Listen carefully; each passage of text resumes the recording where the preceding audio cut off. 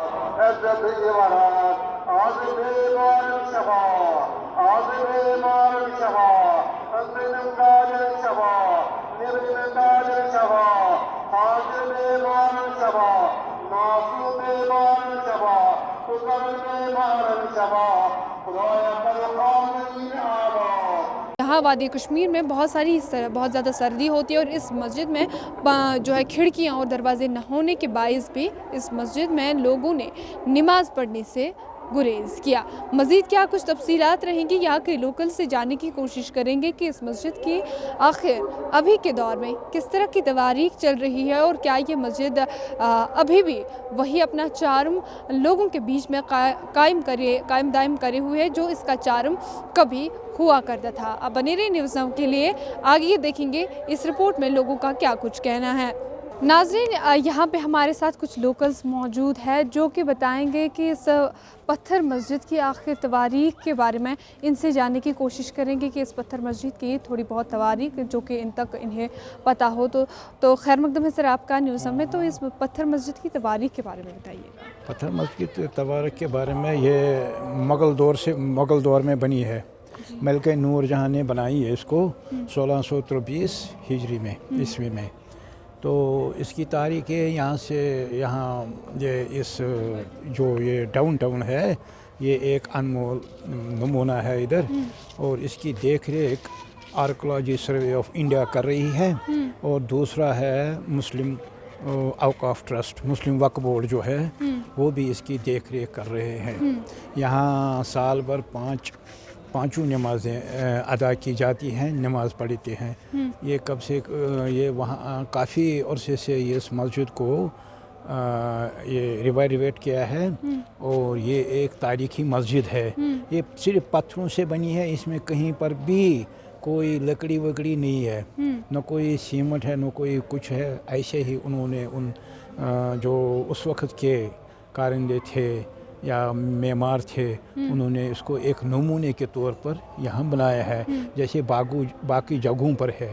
یہ active monument ہے اس کیا ہے آثار قدیمہ کے پاس آرکیولوجی سروے انڈیا کے پاس یہ ایکٹیو نمونہ ہے. ایکٹیو اس لیے میں کہہ رہا ہوں کہ یہاں پر نماز ادا کی جاتی ہے پانچوں وقت سال بھر میں. تو باقی بھی ہیں ان کے پاس دائیں بائیں بڑشاہ ہے زینہ قدل کے پار ہے بڑشاہ اور بھی ہے اونتی پورہ میں ہے خانقاہ مولا بھی میں بھی ہے تھوڑا بہت کچھ.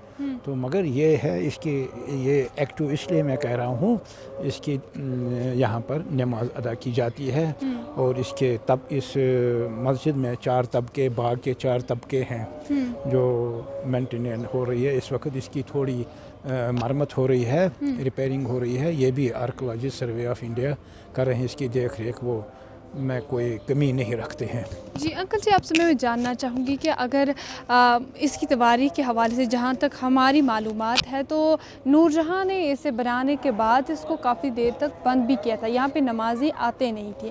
یہ کس حد تک اس وقت تھوڑا بہت کوئی مسئلہ تھا تو لوگوں کو بھی کچھ علمیت نہیں تھی تو اندر نہیں آتے تھے لوگ. کوئی ایسا مسئلہ نہیں ہے.